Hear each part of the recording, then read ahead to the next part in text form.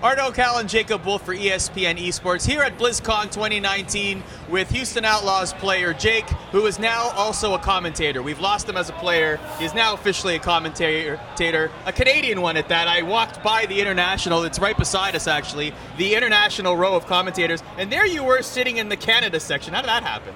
Well, my partner was Jennifer Pitchett, also known as Lemon Kiwi, and she's of course the only Canadian caster here at the event, so naturally, I got to be an honorary Canadian, at least while we were able to cast on this little stage right here. That was definitely a really cool experience, feeling the energy of the fans and still casting right out here. So what was that like? Was that the first time you've casted a tournament like this, and what was the experience like for you? It kind of takes a different flavor, I think, the second time. I think the first time around I was a little more just surprised, just trying to figure out things out and have that first time experience. But now I'm really settling in and just enjoying it. I think it's so much fun to cheer on whatever team I'm casting. I feel like I get the experience of a player, you get that emotional connection to the game, but I can be happy whichever team wins. It has less of that high and low experience that you get as a player. So we're recording this right now while Team USA Korea is behind us. Team USA's looked really good right now. The last couple of days.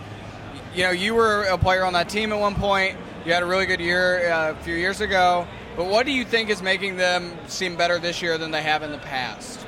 I mean, I think this is without a doubt the best Team USA that's ever been fielded so far, for sure. This is a great meta for them as well. Sinatra, kind of proving himself as the best Doomfist in the world, I think, in the Overwatch League Grand Finals. Obviously a great team behind him, but definitely he's amazing on the hero. Space as well, always dominant, whatever off-tank he pulls out. So those two heroes, I think, really do define this current meta, and your individual skill on those heroes will have a very high impact relative to the rest of the roles. So having superstars like Space and Sinatra on those particular roles, this meta really suits the United States, I think. Can you talk a little bit about, I know you've been doing commentary here the last couple of years, but you have been part of this roster in Team USA before. Can you just talk about what preparation is like how many scrims do you get in with your fellow Team USA teammates, and what is the experience like as a player? Well, I can't speak to the process this year, but... your own experience. Yeah, but in 2017 when I played for the World Cup, we took it really, really seriously. We absolutely came there with the intention to win. We knew that we would have to beat Team South Korea to do that. Unfortunately, we faced them in the first round, but I did get some satisfaction out of feeling like we had the best challenge against the South Korean team, but they were just so good. I think for me it was just an amazing experience to just play for your country, have a different motive behind your competition instead of it just being about my own esports career. It's I'm playing for a team and I'm playing for a national idea, which is a really powerful thing, and I think it means something to all the players competing here today. I'm interested to hear what that match felt like. Obviously, I think most people regard the South Korea-USA quarterfinal in 2017 as one of the best matches ever in Overwatch, or one of the most exciting, certainly.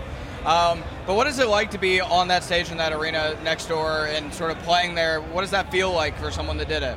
I've definitely never felt energy on that level anywhere else in my life. I think obviously the fact that we're here in Anaheim, California, in the United States, there's a ton of support for the American team. So I think on top of that, we were a real underdog, I think, in most people's eyes.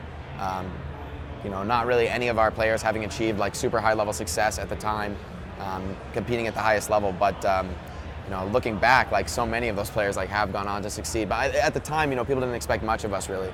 So when we did start to build some momentum and we were able to tape some maps off Team South Korea, I think that really took people by surprise, and obviously they're super happy to see that. Let's talk about what else has been announced here at BlizzCon. Overwatch 2, what are your initial impressions? It looks pretty fun. I always like grinding PvE games, honestly. Whatever games I play, I like the efficiency optimization of PvE. I kind of enjoy that way of looking at the game more mathematically, and I think it kind of helps your understanding in other ways too. But mostly I just think it'll be fun to fight some robots with my friends. Jeff Kaplan said on stage that push mode will be integrated into Overwatch League in the future when it is released. What are your initial impressions of that mode, and how it will translate competitively at your level of competition? Well, my first thought is that the most important thing, number one, is the maps. The mode is what it is. It's going to be more of a control type map, given that neither team is the attacker or the defender. You're both dynamically fighting over the objective as it moves through the map. But that means that the locations on the map and how choky it is or how open, how free for flankers, those will have really high impact on how the map is played.